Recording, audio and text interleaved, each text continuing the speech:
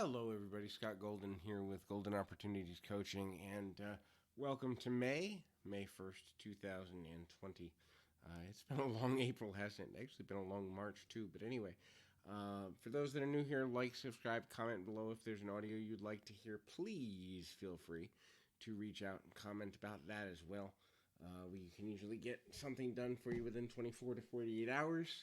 We are going to be adding at least doubling our content within the month in order to reach the needs of our ever-growing listening audience.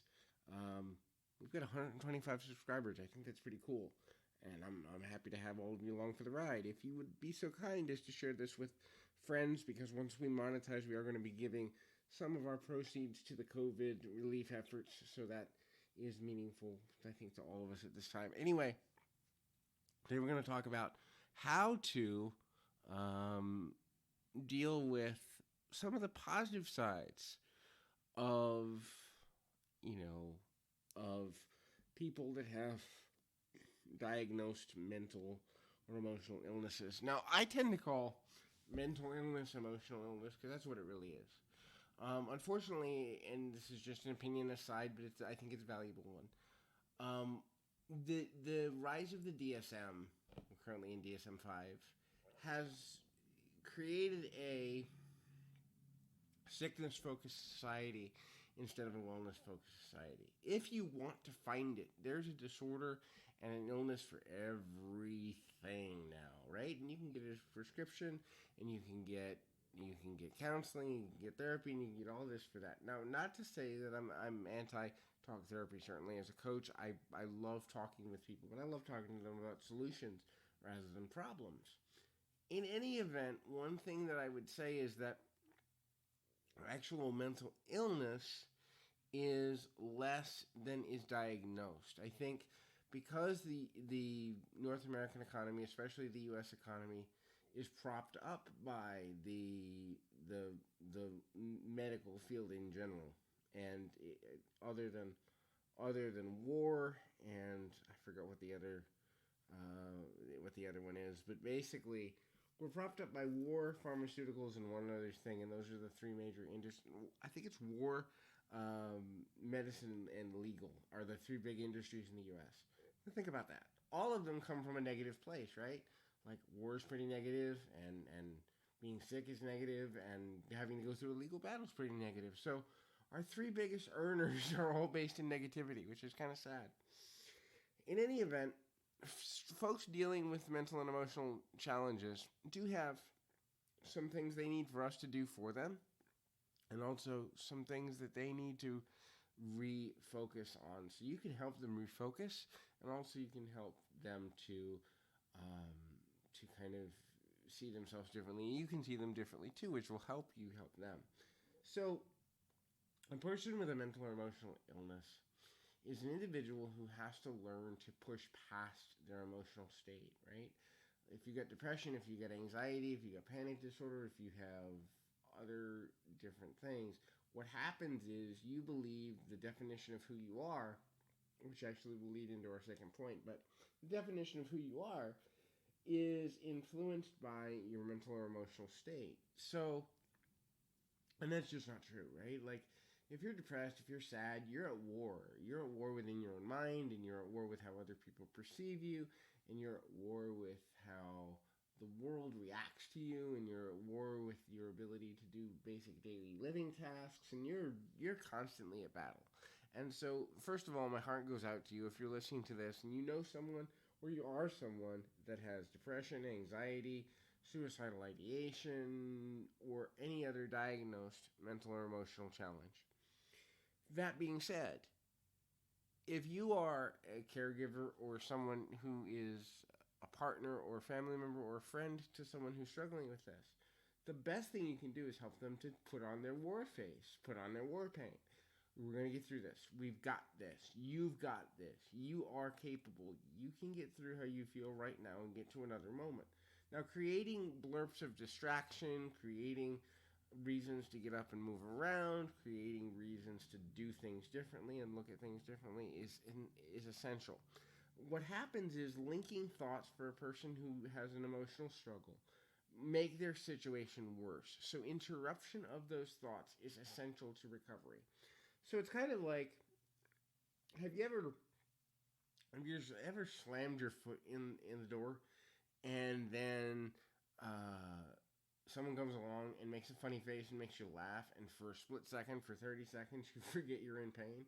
Now, you may go back to realizing you're in pain. For that split second, for that 30 seconds, for that 10 seconds, whatever it is, you forget that you're in pain. That's called an interruption of flow. And so a person who is struggling with an emotional instability also needs interruption of flow. They need to know that they can distract themselves from the way they're feeling long enough to redirect themselves. And redirection is super important.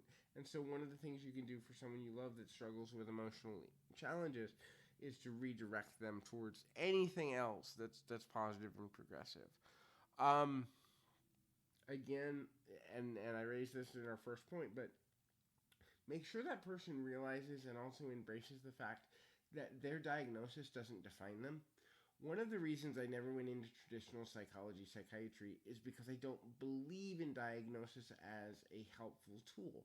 Now, it may be in some cases, but diagnosis for the most part is an insurance BS thing, right? Like, your insurance company won't pay unless there's something on paper wrong with you, which I think propagates an even worse systematic problem with people feeling labeled and judged and condemned and all this other unfun stuff.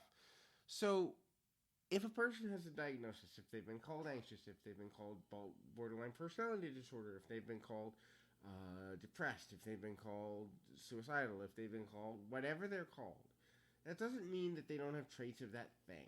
And it's not saying to ignore and stick your head in the sand and pretend the person doesn't have issues. But make sure that their diagnosis, which is given by one person who has an interpretation, unless it's a team, then it's a team of people that have an interpretation. But it's not a definition of their identity. And so often what happens for a person that has a diagnosed mental or emotional challenge is they allow their diagnosis to become the definition of their identity. And then, well, how would a disabled person, or how would a depressed person, or how would an anxious person deal with this? Would they work? No, they wouldn't work, so let's apply for disability. Would they have a relationship? No, they're not going to get a good relationship, so let's put up with abuse. Would they have good choices with money? No, let's just blow it because it's not going to matter anyway. In other words, the label of the disorder can often cause a person to go deeper into the neurosis of the disorder itself and say, look, if you say to the same person, yeah, you've got some symptoms of XYZ, and yeah, it may be helpful for you to get some medication for a little while, and yeah, it may be helpful for you to talk to somebody, but there's recovery for you at the end of the rainbow.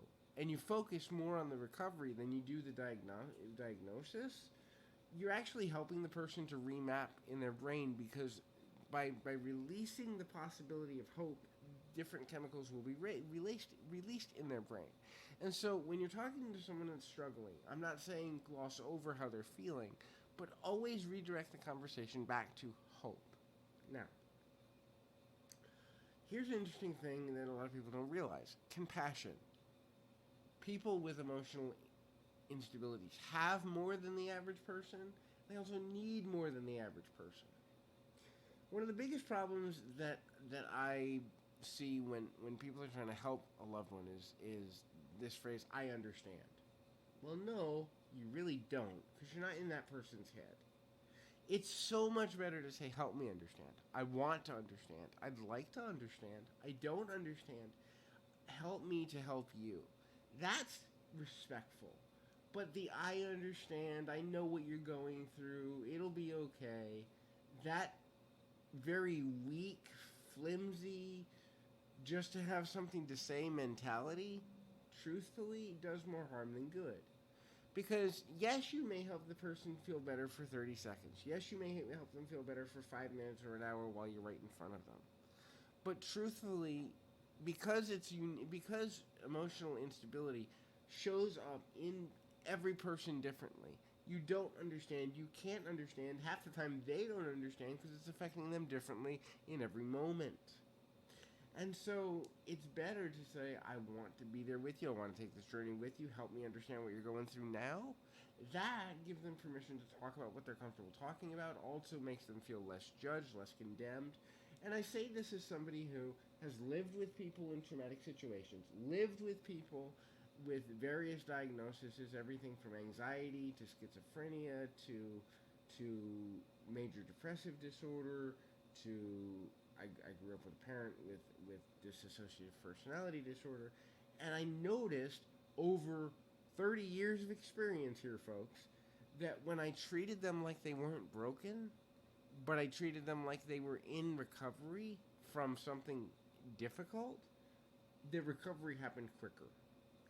The, the major problem in our society is that we treat people with illness, and this is physical illness too, just an FYI, we treat them like they're broken rather than like they're a fighter and they're recovering.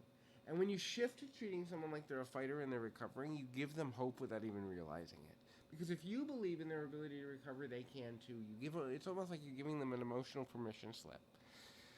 Okay, so another thing too. People that struggle with emotional illnesses, they may not always want to hear something, but they will respect you if you're more real with them than if you're patronizing. A depressed person, am I doing okay? Am I good enough? Yeah, you're fine. You're good. Now, there's times to be super sensitive to a person, obviously.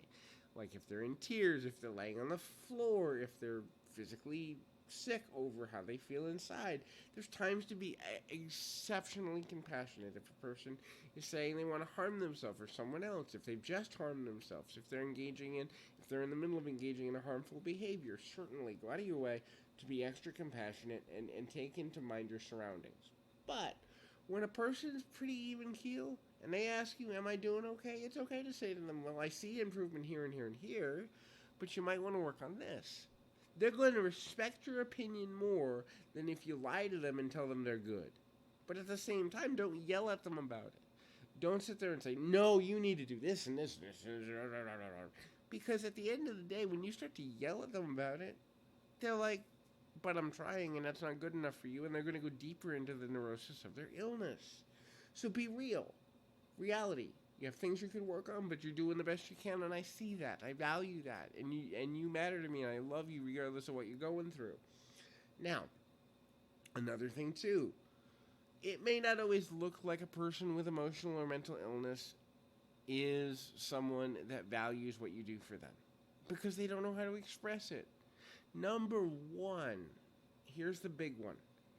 If you do something nice for them, chances are, I'd say 8 out of 10 times, they're wondering why you did it. What's your angle? Why would you help me? Why would you care about me? Why would you bring me a cheeseburger from McDonald's? Why would you say something nice to me? What do you want? Because they're wired differently. They're wired to always wonder what's going to hurt me, okay? So they may not say to you, gee, thanks for XYZ. They may not say to you, I really valued ABC. I really appreciated XYZ. But deep down they do. And what's going to happen is that as you become more consistent with your love and care for them, and consistency, so very important if you're dealing with someone with emotional instability. Consistency is probably the most considerate and loving things you can do for them. And if you can't be consistent, if you're having a bad day, please stay away. Because literally months of progress can be erased by a bad weekend. What do I mean by that? You can build up a person and help them in their recovery. You know, you're really strong. I'm proud of you. Let's help you through this.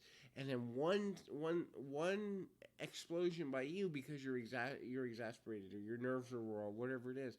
And why do you always act that way? Boom.